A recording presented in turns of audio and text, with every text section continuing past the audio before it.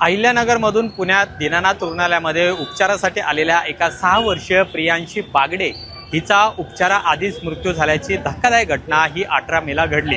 त्यानंतर मात्र या दीनानाथ रुग्णालयाच्या विरोधातला रोष आहे तो आपल्याला सातत्याने पाहायला मिळते। कोणत्या ना कोणत्या कारणामुळे हे दीनानाथ मंगेशकर हॉस्पिटल आहे ते सातत्याने वादात सापडलेलं पाहायला मिळते। याआधी सुद्धा आपण पाहतोय की एका गर्भवती महिलेचा मृत्यू झाल्याची घटना या ठिकाणी घडलेली होती आणि त्यानंतर आता 6 वर्षीय मुलीचा जिचं डोळ्यांचं ऑपरेशन करायचं होतं मात्र त्या ऑपरेशन आधीच तिचा मृत्यू झाल्याची घटना आहे ती घडलेली आहे। सध्या आपण याच दीनानाथ रुग्णालयाच्या बाहेर आहोत आणि 18 तारखेला ही घटना घडलेली आहे। अजूनही या संबंधित डॉक्टरांवर कोणतीही कारवाई झालेली नाहीये।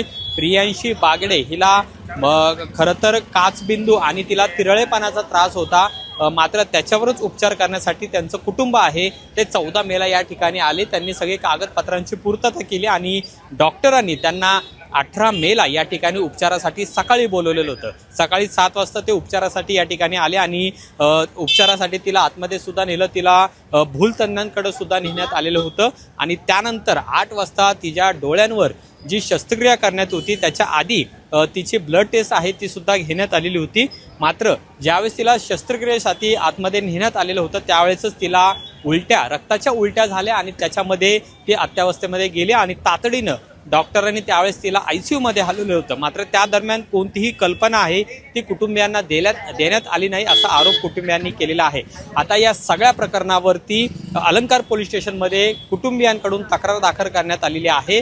त्याचबरोबर ससूर रुग्णालयाकडून देखील 4 सदस्यांची समिती आहे ती गठीत करण्यात आलेली आहे। याच्यामध्ये नेमका रुग्णालयाकडून हलगर्जीपणा झालेला आहे का याची सुद्धा चौकशी आहे ती ससूर रुग्णालयाच्या स्तरावर केली जाईल। दुसरीकडे महानगरपालिकेने सुद्धा आता दीनानाथ रुग्णालयाला नोटीस पाठवलेली आहे आणि या संपूर्ण घटनेबद्दल 24 तासांमध्ये खुलासा करा असं सुद्धा सांगितलेलं आहे। त्यामुळे आता दीनानाथ रुग्णालय नेमकं काय स्पष्टीकरण देतं म्हणजे त्यांनी जी प्रेस नोट किंवा त्यांचं जे अधिकृत स्पष्टीकरण आहे ते असं देण्यात आलेलं आहे की यामध्ये कोणतीही चूक किंवा डॉक्टरांकडून कोणतीही दिशाभूल ही झालेली नाहीये। मात्र तरी सुद्धा त्याची चौकशी आहे ती रुग्णालय स्तरावरती केली जाईल, हॉस्पिटल स्तरावरती केली जाईल आणि याच्यामध्ये ससूर रुग्णालय आहे त्याचबरोबर पोलीस प्रशासन आहे यांना आवश्यक ती कागदपत्र आहेत ती सुद्धा रुग्णालय प्रशासनाकडून देण्यात आलेली आहेत। याच्यामध्ये कोण डॉक्टर होते, नर्स त्यावेळी कोण होत्या याची सुद्धा चौकशी आहे ती सुद्धा केली जाणार आहे। पण आता या घटनेला 2 ते 3 दिवस उलटलेले आहेत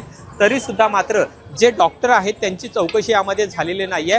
अलंकार पोलीस स्टेशनमध्ये याबाबतची तक्रार देण्यात आलेली आहे, तिथं सुद्धा याबाबतचा जबाब हा डॉक्टरांचा घेतला जाणार आहे। पण नेमकं मृत्यूचं कारण जोपर्यंत समोर येत नाही तोपर्यंत पोलीसही पुढची कार्यवाही करू शकत नाही असं त्यांनी सांगितलेलं आहे।